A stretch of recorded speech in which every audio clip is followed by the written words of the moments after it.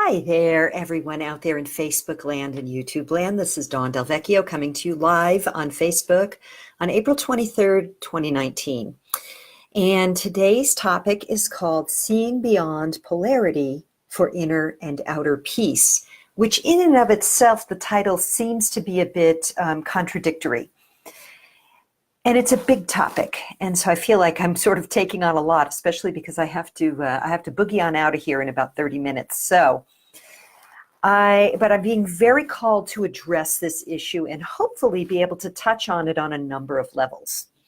So before I begin, I would like to, as always, request that if you find value in the message that I share, please give me a thumbs up or a heart. Please share it on your page or with your friends if you're watching this on YouTube. Please give it a like or subscribe to my channel if you find value. If you don't, obviously that's cool. Move on, find a message that does serve you.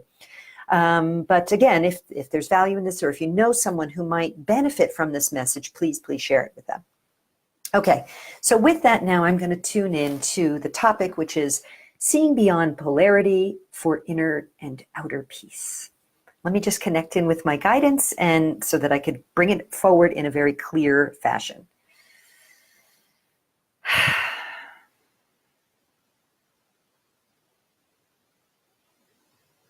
Okay, so we live in a world that appears to be one of duality, where there is self and other, where there is polar opposites. There's up and down and here and there and black and white and cold and hot and fill in the blanks, right? We all can figure them out. We learn them. We are indoctrinated into the polarization of all things from the time we are very young.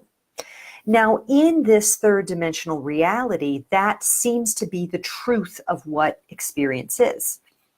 Those of us who are on a spiritual path, and if you've been with me for a while and watching my teachings, if you're a Course in Miracles student or studying Advaita Vedanta or other non-dualism systems of the true nature of our reality, then you understand that polarity is actually an illusion and that everything out there is actually being generated from in here. So to put it simply, if I believe the world is a safe and loving and peaceful place, the world out there shows up for me as safe and loving and peaceful. If I believe the world is a fearful place, a scarce place, a dangerous place, events and circumstances tend to show up out there to reflect that to me. Now, most of us have a mix of both of these things. We have some beliefs, unless we were really deeply traumatized as children or doing some very heavy karmic work to rise up from very difficult circumstances, most of us have a mix. And so our life shows up that way. Some parts of our life work very well. Some parts are challenging. At different parts of our times in our life, things start to, the proverbial shit hits the fan. Some of that can be tracked astrologically, absolutely. But how we navigate those times, those astrological transits, we would say, really is based on what is inside of us. Hey there, Janet, welcome. So again, just to come back here for a moment, the nature of reality in truth is non-dual. Everything we experience is actually being generated from within in order to show us our deepest inner beliefs and the energy, the frequency we are running. So this is not to blame the victim. This is not a blaming. This is not saying it's your fault if you have problems, because there's an individual level of it and a collective level of it. At the individual level, our events and circumstances arise a lot from what our deepest subconscious, not conscious, subconscious beliefs of what we believe the world is. If at a fundamental level, we were traumatized as children and we believe the world is unsafe, the world becomes unsafe for us. Now, at a collective level, that's been indoctrinated into us, that in fact the world is unsafe. You have to work your ass off to make a living and survive. You have to pay for your living and all of that. It's dangerous out there. There's a lot of criminal behavior and you got to lock your doors and all that stuff. All of that frequency gets uploaded to the collective, and then what we see on a planetary scale is war and danger and terrorism or supposed terrorism and criminal misbehavior of governments and lies and all of that. On a personal level, it will come up personally in our lives in a more intimate way. So, for example, if we believe that X group of people are essentially will never like me or will always exclude me, then that's what you'll experience whenever you encounter a segment of that group. Okay, so I'm starting to wander off. I need to reconnect here because I want to be sure to stay on topic. So give me a moment here. Okay, so seeing beyond polarity for inner and outer peace. Okay, so the other day, last week, I shared a post about the Notre Dame burning, and about the goddess and the Divine Mother energy, and that men had built that building by men for men, and many women were burned at the stake there. And most people got that, because most of you who watch what I do, you know me anyway. This is not like it's going out there to masses of strangers. It's mostly my friends. You know that I'm deeply committed to the awakening of the divine feminine within women and men, and the healing of the divide between women and men, and the healing and empowerment of men, that they can access their feelings and become more whole people, because they have been suppressed under patriarchal dominated culture too. But I did get one comment from someone that said, enough with the man hating. And of course, again, that if you know me, you know that's like way off course here. But this is the nature of what happens when we see through the lens of duality. If she's not, if she's not X, she must be Y. This is actually an indoctrination in our system to dumb us down from logic and rhetoric. In the ancient Greek times, they were taught, the kids, well, the boys, were taught logic and rhetoric, and taught how to understand literally how to think logically, so that you could understand how things work. But our media system and our schools, everything has gotten so to the point where there's no logic taught in schools, unless you're, maybe in high school, you might have the opportunity to study that. Or of course, in college, you could choose to study that, in university. But if you watch news, oh my gosh, it is ridiculous. It is, polarization to the extreme, and just name calling, character assassination is the approach to countering what is not acceptable. So, for example, how does this look? In America, if you bring up anything that is not absolutely anti-Trump, if you say, well, actually, there's some real suspicions around that previous other candidate, you become this pro-Trump person. What? That's not logical. Thank you for the love. And hey, Paula, hi. There's a lack of logic in that. So if someone says, look, so this happened, we saw this with the, the Harvey Weinstein, and in the case of women really starting to expose and bring out the abuses of power that men have had to force their sexual needs, desires, demands on women in order for the women to get ahead. Forcing women to, not forcing, but setting up a system where women felt often that they had to sleep their way to the top. And how abusive that is. And so what happens in the media is, when it could no longer be suppressed or dismissed, when women could no longer be dismissed as being exaggerating or emotional or all that old baloney that used to happen, now we see, oh, okay, well, how can we keep women and men at each other's throats?